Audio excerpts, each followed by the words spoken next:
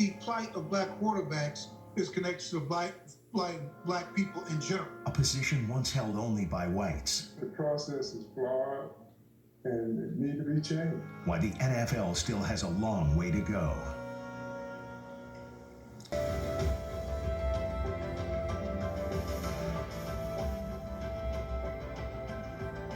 The definition of an NFL quarterback is complicated at best. From the requirements that come with the job to what a person should look like and even sound like. A quarterback isn't just a play caller, he's a CEO on the field.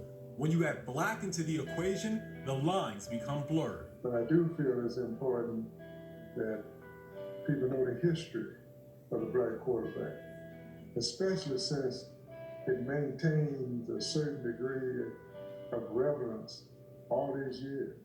You won't find many that know the history better than James Shaq Harris. Shaq became the first black quarterback to start an NFL season opener in 1969 for the Buffalo Bills. 5 years later, he added 2 more firsts. The first African American to win an NFL playoff game and be selected Pro Bowl MVP. I felt my play represented the opportunity for others to play, and that the one thing I couldn't have happen was to get released because I wasn't smart enough. During the 70s, black athletes weren't considered smart enough to play quarterback, so they were forced into other positions. Coaches and executives thought the image of being a, quote, leader or team general was for whites only. I think the plight of black quarterbacks is connected to black people in general. How we're often underestimated, marginalized, and particularly at a position like quarterback, which is the most unique position in team sports. That was until Harris, Marlon Briscoe, and Joe Gilliam came along.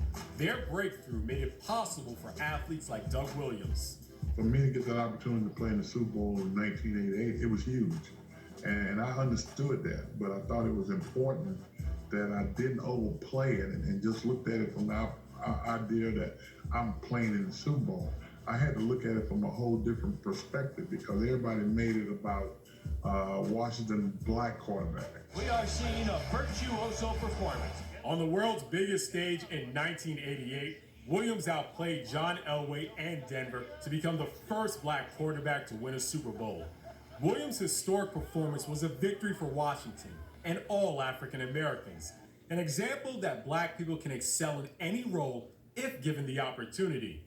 Helping Williams prove that point, Warren Moon in the 1980s. I understood that it was going to be tough, and I went through a lot of different situations racially, whether it was in college or whether it was in high school, that helped me deal with what I had to deal with in the pro ranks. Moon's path to the NFL was much different. He bet on himself and spent 6 years in the Canadian Football League, where he won 5 consecutive championships. Despite having his dream deferred, Moon got a shot in the NFL in 1984.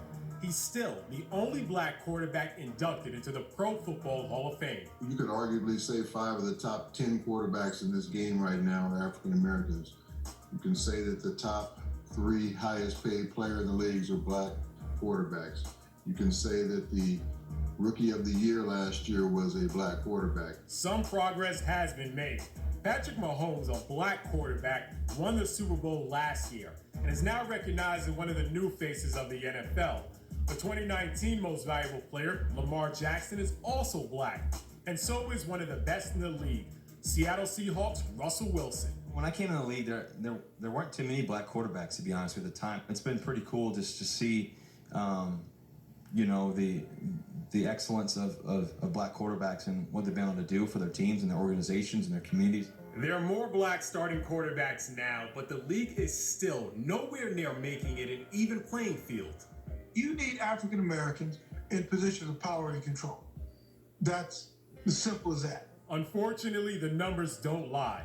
The NFL has 0 black owners, 1 black team president, 2 black general managers, and just a handful of black coaches.